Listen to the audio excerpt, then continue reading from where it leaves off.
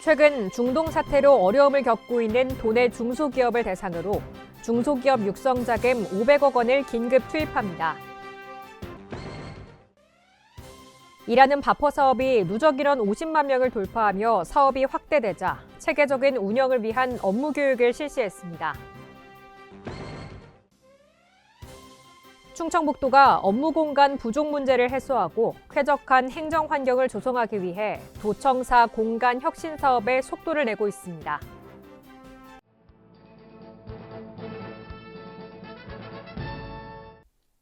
여러분 안녕하십니까? CBI-TV 충북뉴스입니다. 첫 소식입니다. 최근 중동 사태로 어려움을 겪고 있는 도내 중소기업을 대상으로 중소기업 육성 자금 500억 원을 긴급 투입합니다. 중동 사태로 인한 수출입 거래와 물류 차질 등 경영 위기에 처한 중소기업의 자금난을 완화하기 위해 피해 기업에 우선 지원하고 금융 지원책을 병행합니다. 대상은 도내에 사업장을 둔 중소기업으로 경영 안정 지원 자금 대상 업종 중 중동 지역 수출입 피해 기업 100만 불 이상 도내 수출 중소기업, 일반 화물 운송업입니다. 경영 안정 지원 자금은 5억 한도, 2년 일시 상환, 은행금리에서 2차 보전 2.8% 지원 조건입니다. 일하는 바퍼 사업이 누적 인원 50만 명을 돌파하며 사업이 확대되자 체계적인 운영을 위한 업무 교육을 실시했습니다.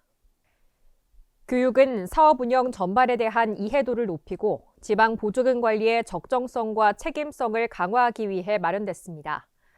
업무 교육은 일하는 바퍼 시행 지침 교육, 지방 보조금 교육, 질의응답, 협조사항 안내 순으로 진행됐습니다. 또한 일감 발굴에 따른 협약 체결과 기부금 관리 방안, 작업장 내 사고 발생 대응 요령 등 현장에서 숙지해야 할 사항들을 공유해 지속 가능하고 안전한 환경을 조성하기 위해 노력했습니다. 충청북도가 업무 공간 부족 문제를 해소하고 쾌적한 행정 환경을 조성하기 위해 도청사 공간 혁신 사업에 속도를 내고 있습니다. 이번 사업은 시설 보수를 넘어 도청사의 구조와 기능을 전반적으로 재편하는 사업입니다. 도는 늘어나는 행정 수요에 대응하기 위해 단계별 사무 공간 확장 및 환경 개선 사업을 추진하고 있습니다. 먼저 신관 1층 사무 공간 개선 사업을 성공적으로 마무리했고 복합 문화 공간 문화홀이 개관했습니다.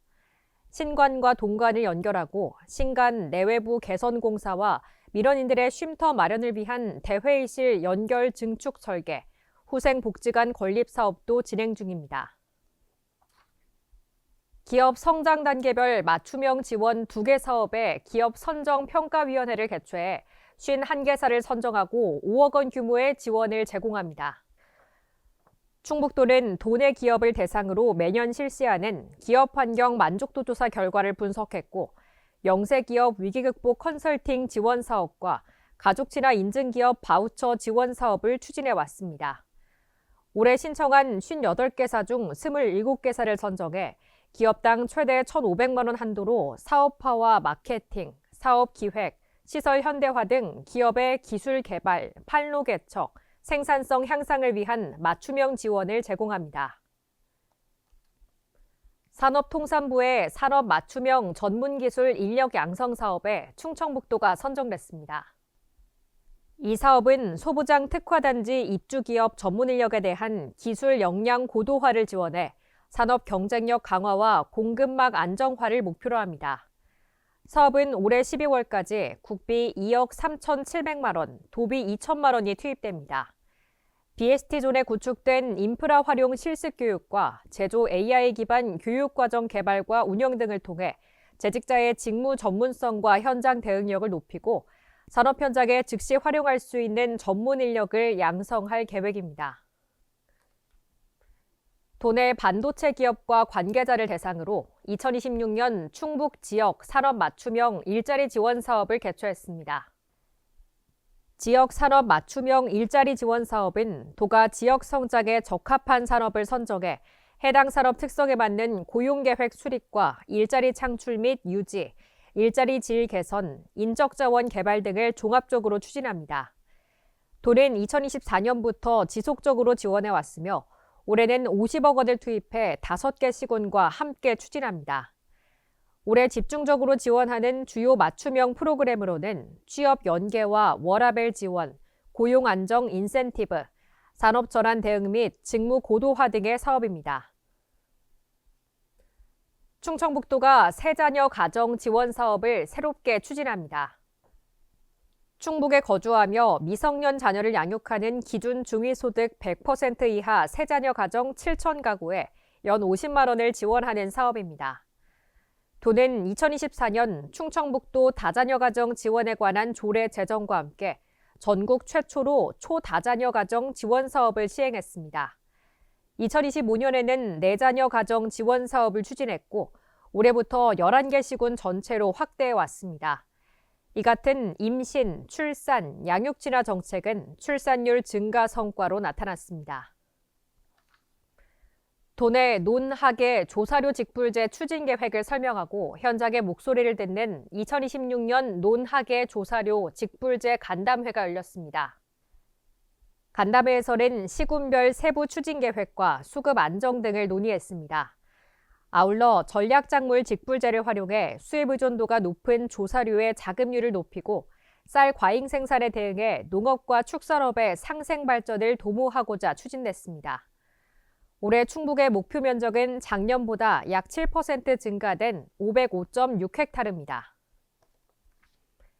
도내 지적직 공무원을 대상으로 지적 측량성과 검사 실무 교육이 진행됐습니다. 지적 측량은 도민의 재산권과 직결되는 핵심 업무로 정확한 측량성과 검사를 위해 이번 교육이 마련됐습니다. 지적 측량 업무 처리의 정확성 유지와 민원 예방을 위해 지적 측량성과 검사 방법, 지적 측량 표본 검사 사례, 토탈 스테이션 및 GNSS 측량 장비 운영 등 실무 중심으로 진행됐습니다. 지적직 공무원은 토지를 지적 공부에 등록 관리하고 지적 측량 성과를 검사하는 등 도민의 재산권을 보호하는 중요한 역할을 하고 있습니다. 미호강의 수질 개선을 위해 도민과 환경단체, 주민하천관리단이 함께 협력을 다짐하는 결의대회가 열렸습니다. 이번 대회는 민관이 함께 노력하고자 하는 도의 적극행정 도정 운영 방향과 결의를 보여줬습니다. 미호강 맑은물 시민연대는 주민하천관리단과 상생협력 네트워크 기관의 활동 결의를 다지고 이어서 올해 활동 방향 워크숍이 진행됐습니다. 주민하천관리단은 지난해 하천 정화 감시 활동과 하천변 쓰레기 수거, 환경 오염 행위 신고 활동을 했고 올해도 이어갈 계획입니다. 충북 아쿠아리움에서 어린이와 학생을 위한 특별 전시, 생태 통로 생명의 길, 공존의 길이 열립니다.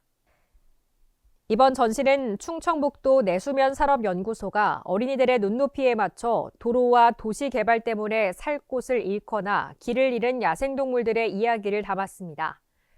특히 생태 통로가 왜 필요한지 4가지 이야기 보따리로 꾸며졌습니다.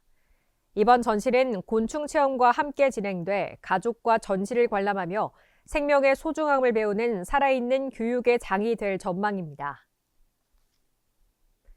지방도와 위임국도 도로 건설 사업과 지방도 수해 복구 사업 등 11개 사업에 대해 예산 적기 집행 점검 회의를 개최했습니다. 회의에서는 현장별 앞으로 집행 계획과 애로사항을 점검하고 해빙기, 집안 약화에 따른 안전사고 예방을 위한 현장별 안전관리 대책도 병행으로 점검했습니다. 충청북도는 상반기 집행 목표를 63%로 설정하고 재정 집행 목표를 달성하기 위해 선금급과 기성급 지급 확대와 관급자재 선고지 등 행정안전부의 2026년 지방재정 상반기 신속 집행 지침을 적극 활용할 계획입니다.